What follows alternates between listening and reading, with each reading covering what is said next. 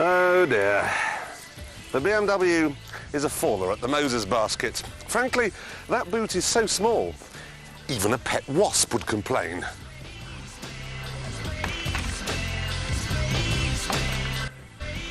The Mercedes boot is bigger and a lot more practical, but such is the slope of the tailgate that when you slam the lid, look, you could wind up smashing the back window.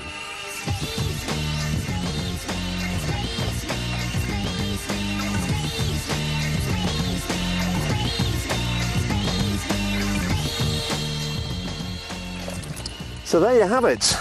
The winner of this section, the most practical car here, is the Audi.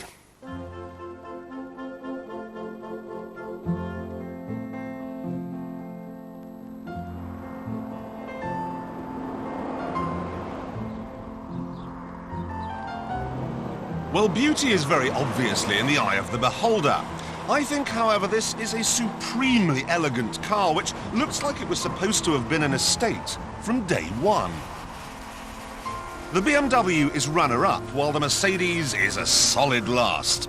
I really do believe the man who designed its rear quarters was never told what car they'd be attached to.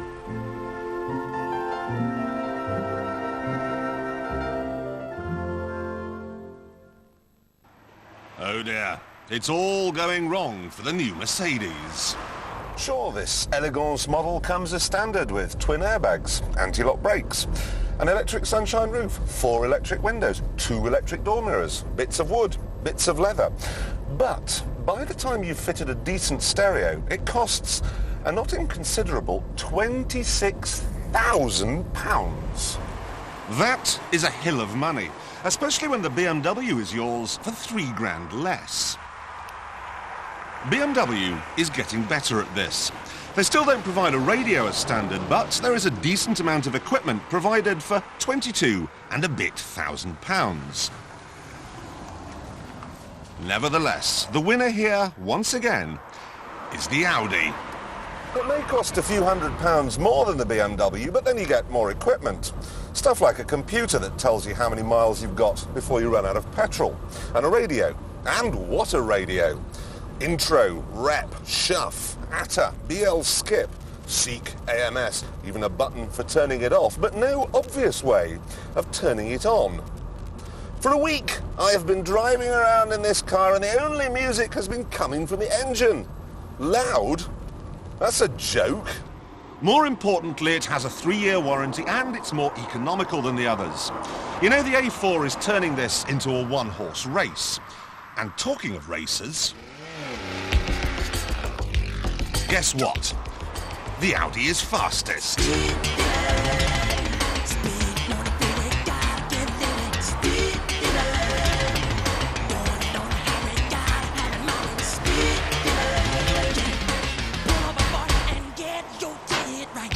It may only have a 1.8-litre engine, but it is quite a motor.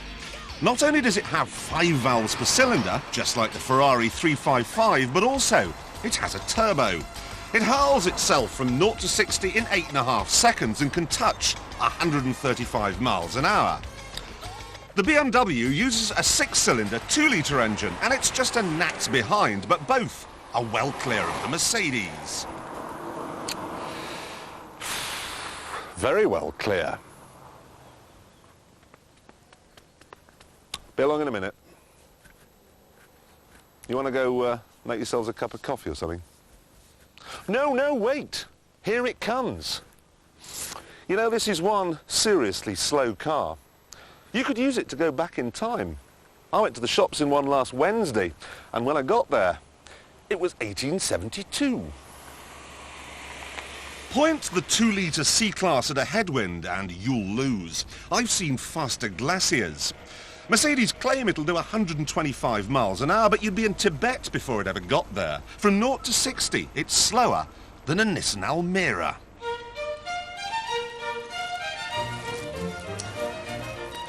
However, when it comes to estate cars, speed is not that important, and nor is handling.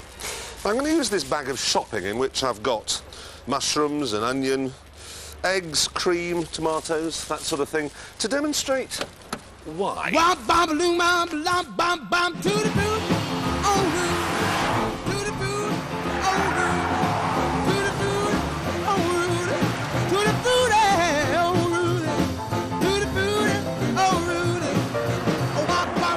Both the Audi and the Mercedes lack the finesse of the BMW. Its suspension system is perfectly in tune with the needs of the demanding driver. It rides and handles like no other car in its class. You can have seriously big fun with it. The only trouble is that if you do have big fun with it, you'll get home to find that your carefully chosen ingredients have broken. Still, it's a hot day. Pop it back in there, and in a few minutes, we'll have an omelette.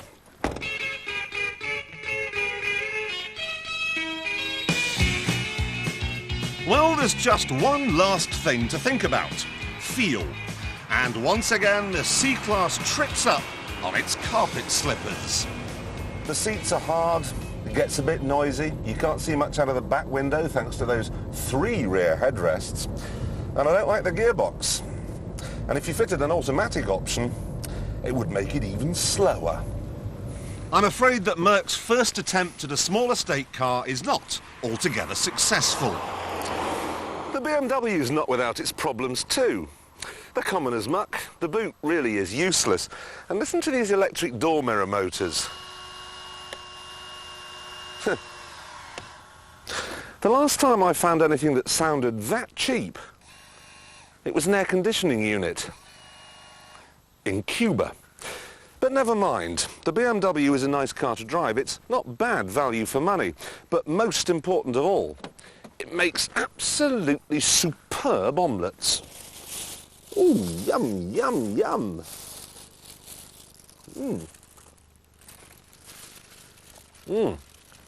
Delicious. But the BMW can't beat the Audi, a car that had this test all wrapped up ages ago. It's the best value, the most practical, the fastest, and it comes with the face and body of an angel. But even as a sound interior, the dashboard layout is superb, the quality is above reproach, and the seats are more comfortable than sitting on Dawn French. Though being German, of course, they're not as funny. So, marks out of 10. Well, if this had slightly more feel in the steering, I would give it 10. It really is that good. The BMW has a miserably small boot, so 7. And the Mercedes, well, it's a nice day. I'll be generous. Give it 5.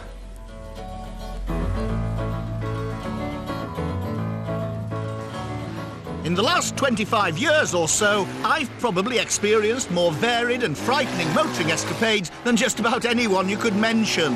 I thought I'd done it all.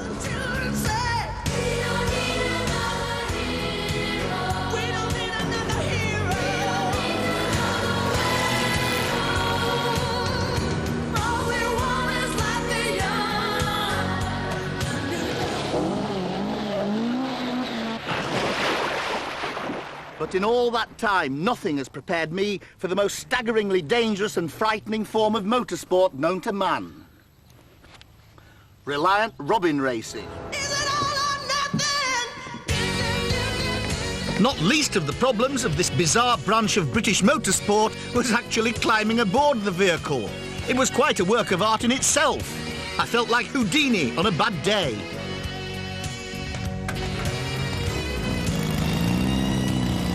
Held at the Mildenhall Stadium, the event was, believe it or not, the Reliant Robin World Championship. The purpose-built track deep in rural Suffolk is normally used for banger and stock car racing, but today was something special. The paddock was alive with excitement and anticipation, even if it was a little less sophisticated than Formula One. It started as a gimmick and it's just developed from there. We've done this now for the last 4 years and each year it's grown in popularity. Hundreds of cars have been written off over the last 2 or 3 years. Where they find them from, Lord only knows. Are they local drivers? In the first years they were all local, but now they're coming from far afield. They're drivers from Manchester, from Bristol, from Dover, from all fields. And now they had a competitor who hails from as far afield as Morecambe. Me. Well, this is your car that we built today. We've made it really strong. We've put a full roll cage in it for you. We've got the full set of harnesses with the shoulder pads. You've probably got one of the safest cars out there. We've removed all the trim and kept everything basic. All you really need to do is just you have an ignition and a starter. And that's all you need. You don't need any lights or gauges or nothing else like that. So tell me about the technique of driving this then. Technical driving is very simple. Basically all you use is just the first, second and the reverse gears. Now, what about third and fourth gear then? You don't get up into that? No, you wouldn't get up enough speed. Because it's quite a short oval, you won't get up to third or fourth, so you won't have to worry. You just like put it in second gear, then concentrate on looking what's ahead and not avoiding all the mayhem that's probably going on in front. Now, I see that you built yourself one as well. Now, This car I've already raced once this year. We managed to get second in the actual meeting final, which qualified us in for the world final today. All right. So I'm actually going to be driving in the world finals. You will be driving the world with finals. you? Yeah. That's it, with me. So it's going to be the sort of Damon Hill Villeneuve thing, is it? Well, yeah, you can be Damon Hill, I'll be Michael Schumacher if you like. All right, you want to be Schumacher, right? At least they managed to spell my name right. So now, a practice in my 10-year-old Robin with his 848cc BMC engine. So, we're off. My first drive on a track in the Reliant Robin. It seems to have a lot of power. The track has been watered, so it's quite slippery. Now, this is just a little bit of a practice lap. I mustn't sort of get the back end out because they actually turn over it to do. Try the brakes out. The brakes don't work. Oh, it goes in. There was a bump there, a little rut, and the front wheel obviously lifted out of it, and it leapt up in the air. And now it's sliding, the back end's going round, and the back end's beautiful. You can actually feel the back end. Oh, hey, hey. I must say, I've found it surprisingly easy to handle. Despite my rapid familiarisation session and my supreme confidence, I thought I'd better get some advice from the competition. I was coming down for the British Championship for us, so they asked me would I race in it, so they got me a car ready, so here we are. All right, so what do you think of it? Have you had a little drive in it? Oh no, I haven't driven it yet. I've driven it around the pit area, but that's it, so... All right. Well, I'm one up on you because I've actually been around the track for a few quick laps. Yeah, I was watching you just for a few tips. No, I've come to you for tips. All right. What do you think the technique is? I think it's just driving a nice smooth line. If you get it wrong a little bit, it'll be on its roof. And what about the power? Do you think you'll be able to handle it? The power, I don't know. Wind the elastic band up a bit. Not much help there. And the current Reliant Robin world champion seemed to be having problems of his own. Stay out of trouble. Keep nice tight line all the way around. Don't try and go four-wheel driving like in other cars. Doesn't work. So do you use your brakes at the end of the straights? Not at all. You don't? You stay in second gear and you Second gear all the way around, accelerating all the way down the straight, rolling around the bend, accelerating down the straight. Sounds simple. Where on earth do all these Reliant Robins come from? I reckon Norfolk. Because every time I'm on the A11 I see hundreds of them, so I reckon it's got to be up that way. Well, I can only imagine that the roads of Norfolk must have been positively deserted today because all the Robins had migrated to Mildenhall. The place was crawling with them. With racing goggles in situ, I trundled to my starting position. The big moment was near. The crowd was agog. I'm on the back row of the grid, which is the prime position. That's the world champion next to me. We're going to do half a lap. Do we just do half a lap and then go? Right, there's one turned round, pointing the wrong way already. There's blood flying up from the world champion in front. The race is on. We rocked in the treetop all the day long, popping and a popping and a singing a song. All the little birds on Jaybird Street love to hear the robin go tweet, tweet, tweet. Rockin' Robin, tweet, tweet, rockin' Robin, tweet, tweet. Oh, rockin' Robin, what we really gonna rock tonight. He's got his door open there. That's unfair, that's a bit of extra braking. Oh, I've been bumped by that nasty man there, number 182. Grandad's Plastics on two wheels as well. I'll bump him back, I think. And there's a real crash ahead of me there. With all the chaos around me, I felt pretty satisfied. I was keeping out of trouble and apparently lying about fifth. But you know what they say about pride before a fall. It's flying in the air.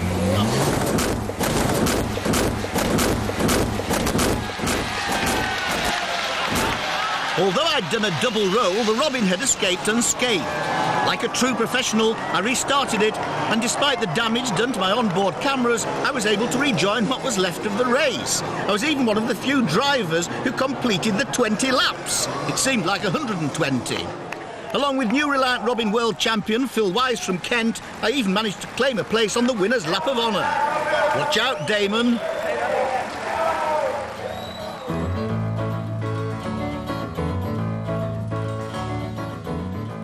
10 years ago, I wrote to Mrs. Thatcher and I said, if you want to make some serious wedge, you should sell off the nation's stock of unissued car number plates. Bless her, she did exactly that. And since 1989, the DVLA have been merrily selling them off to the tune of 450,000, netting the Treasury 225 million quid. So, if you've always fancied a natty number for your motor, step this way.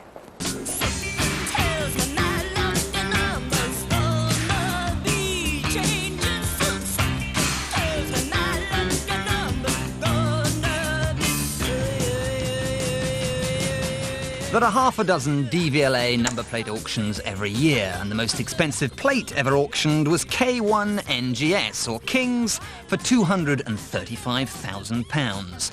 But for us lesser mortals, batting starts at around £1,000. In the best of traditions, with lot number 1, P1 LOT, £5,000. 5,000. 5.2, 5.4, 5.6. 2,000. 23. 25,000, I do beg your pardon, 25,000, fresh money, 26, 40,000 pounds, at the back, 40,000. Now, not many of you have been bidding, where are you all? I'm not surprised at 40,000 big ones. 56,000 pound bid, at 56,000 pounds, thinking about it. The mouth's gone a bit dry, the leg's twitching, and that's just me. At £56,000 at the back, lot 57. No pilot will ever be able to plead poverty again. £64,000 at £64,000 at the back, once, twice, third and final, £65,000.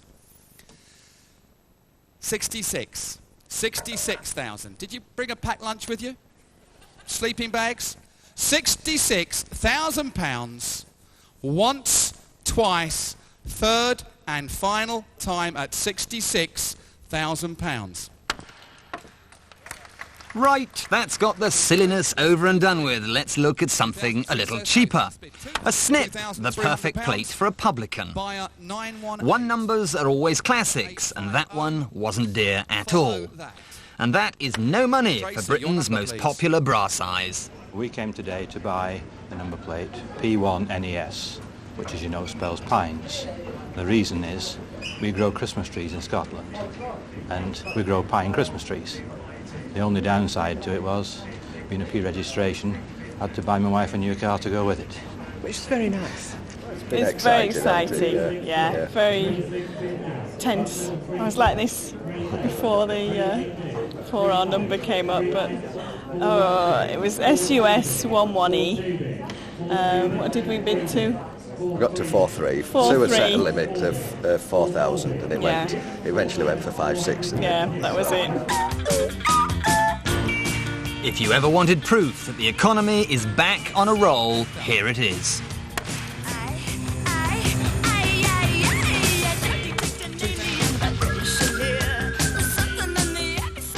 ME15 came up and I paid 2,700 for that.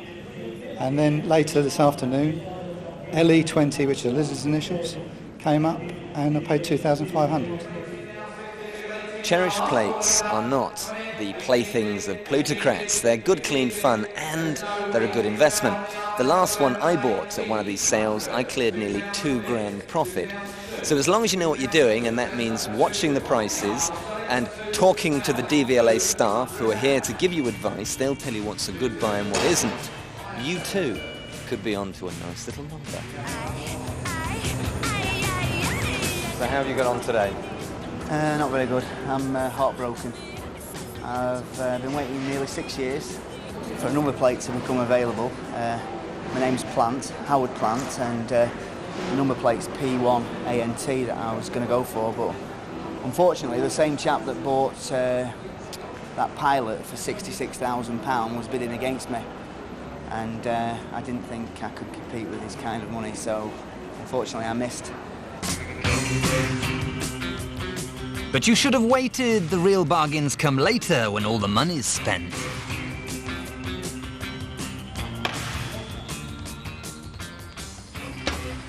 Well, I've had a very profitable day.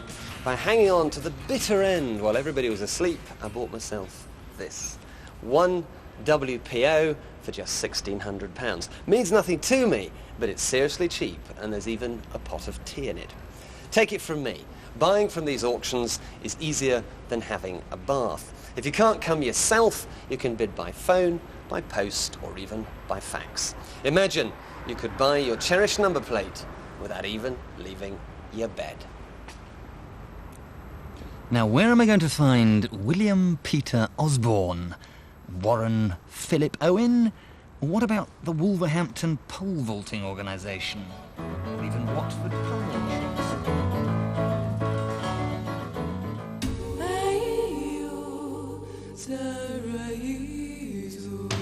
This is the world's most successful motorcycle. Possibly the most successful motor vehicle of any kind ever. In 40 years, they've sold more than 20 million, and it has made them the largest motorcycle manufacturer in the world. But when you've cornered the market in such down-to-earth tackle, you inevitably end up wanting to reach for the stars.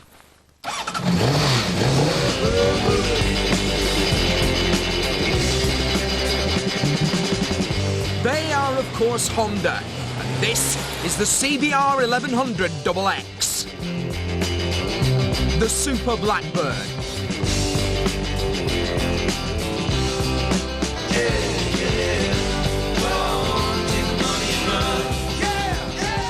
The name is borrowed from Lockheed's long-range bomber, the awesome SR-71, better known as the Blackbird. The warplane has a range of 3,000 miles and soars to 60,000 feet. The bike needs to refuel at 180-mile intervals and remains planted on terra firma, if you're lucky. What unites these awesome machines is that both are the fastest of their breed that this Earth has ever seen.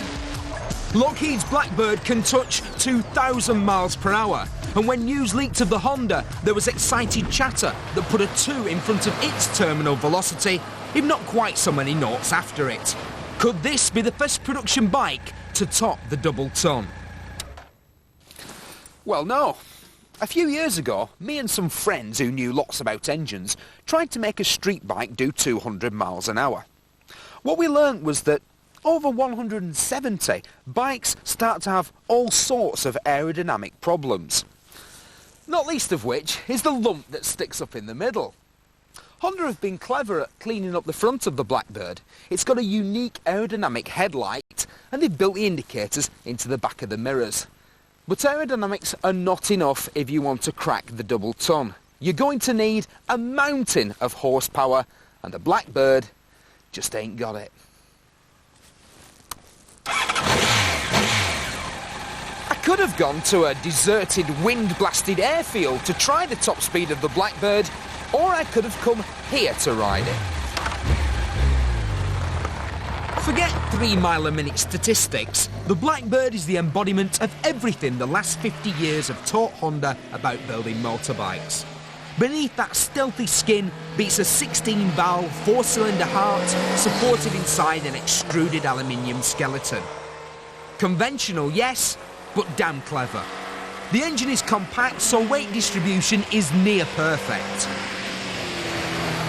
It's fitted with balance shafts and can be fixed straight in the frame without vibration rattling the rider's fillings. And still you get 164 horsepower from 1100 cc's. The Blackbird is an impeccably mannered piece of kit, quite happy whether tootling through town or...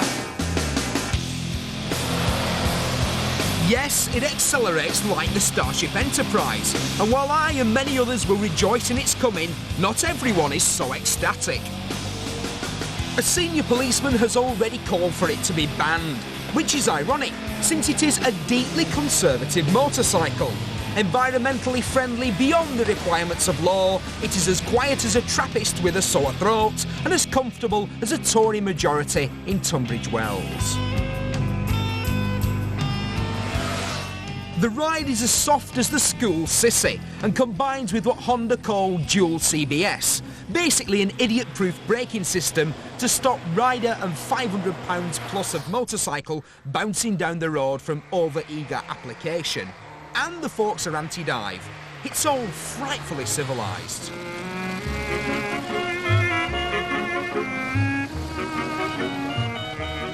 "60 years ago, every schoolboy could tell you the name of the world's fastest motorcycle, because it was a British bike, the Brough Superior SS100. Like the Blackbird, it was never conceived as an out-and-out street racer, rather the grand touring mount of a gentleman. To prove the prowess of his machine, George Brough raced a plane, and he beat it. Honda had been content to borrow the name of an aeroplane. But there was one crucial difference. In its day, the Brough was a rich man's plaything. It cost twice as much as the average family car. But today, the Blackbird, the fastest production motorcycle in the world, can be yours for less than £10,000. The good old days? Don't believe a word in it.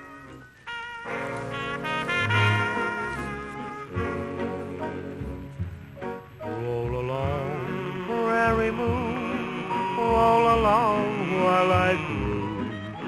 Next week, Quentin gives his verdict on the new Volkswagen Passat. Steve Berry goes hot rodding. And for Radioheads, this week's Top Gear on Radio 5 Live features the TR7. I shall be out. Far away, shed your beam on the girl of my dreams. Tell her true, I've been through prairie